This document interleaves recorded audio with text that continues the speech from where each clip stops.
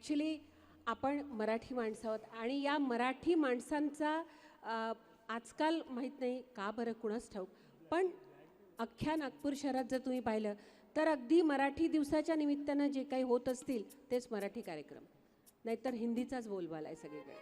त्यामुळे अशी मराठी गाणी जी पहिले फक्त आपण म्हणजे आपलं बालपण ज्याच्यात गेलं त्या रेडिओवरच आता कुणी ऐकत असतील की नाही ती जरा शंकाच आहे. नाहीतर सगळीकडे इतका धुमाकूळ सुरू आहे, असंख्य चॅनल्स यांनी आपल्या आयुष्यामध्ये इतका धुडगूस घातलेला आहे की सगळं मागच्या याचं जे आपलं काय म्हणतात ते वैशिष्ट्यपूर्ण जगणं होतं ते मागे पडलेलं आहे. आणि आपण मॉडर्न जगाकडे इतके वळलो आहेत की आपल्या माय मराठीपासून तर मराठी गाण्यांपर्यंत सगळ्याचा जणू विसर पडत चालला आहे. आणि ही गाणी जेव्हा अशा कार्यक्रमातून आपल्या कानांवर पडतात तेव्हा तो काळ, ती अनुभूती पुन्हा नव्यानं अनुभवता येते. आणि तुमच्यासारखी अशी रसिक जाणकार मंडळी असली, अशी वाहवा करणारी, की आम्हालासुद्धा एक वेगळीच ऊर्जा येते. असो, बरंच प्रवचन झालं. सुचित्राताई कातरकर आज आपल्यात उपस्थित आहेत. सूर सप्तकच्या त्या सर्वेसर्वा आहेत आणि इतक्या दिवसांनी त्यांना इथे पाहिल्यानंतर आनंद आहेच. त्या उत्कृष्ट साहित्यिक आहेत, कवयित्री आहे, हेही आपण जाणताच. आणि त्यांनी काही उत्कृष्ट गाणीसुद्धा लिहिली आहेत. त्यातलंच एक युगलगीत आता आम्ही तुमच्यापुढे सादर करतो आहे. पण या सादरकर्त्या ज्या आहेत त्यांच्याबद्दल मला नक्कीच सांगावंसं वाटतं. काय बोलायचं, त्यांच्या माघारी म्हणजे सुचित्राताईंच्या माघारी अक्षरशः सूर सप्तकला यशोदेच्या ममत्वानं सांभाळणारी आणि त्याला मोठं करणारी, ज्यात त्यांचा सिंहाचा वाटा आहे, अशी हरहुन्नरी व्यक्तिमत्व म्हणजे प्रोफेसर पद्मजा सिन्हा आणि त्यांच्याबरोबर आमचे सूर सप्तकचे स्टार परफॉर्मर, मोस्ट वर्सेटाईल आवाज डॉक्टर अमोल कुलकर्णी. जोरदार टाळ्यांमध्ये स्वागत.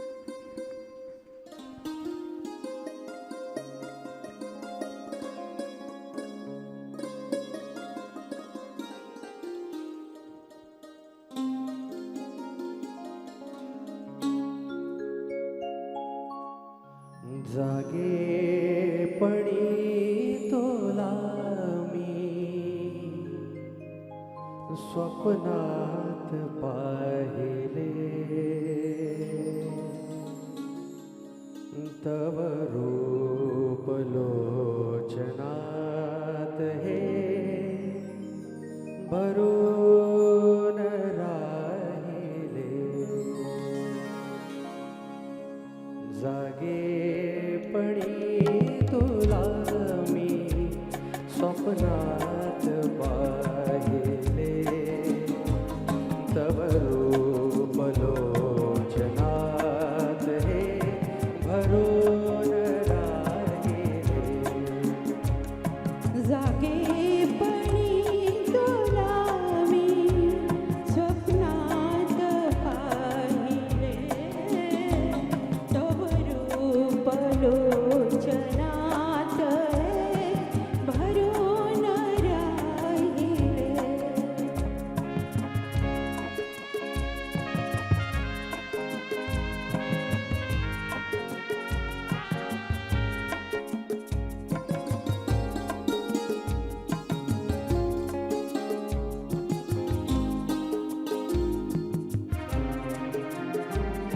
रूपे तुझी अनेक मी साठवी मनात, सर्वस्व होनी तू आलीस जीवनात. रूपे तुझी अनेक मी साठवी मनात, सर्वस्व होनी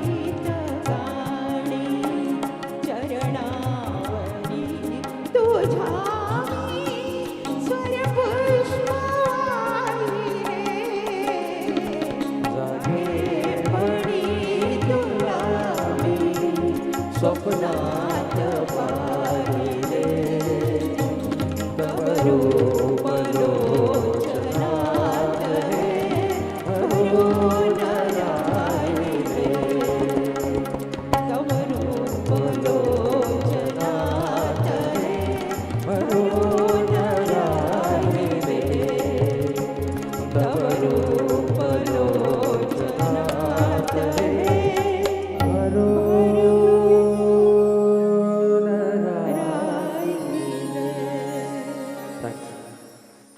क्या बात.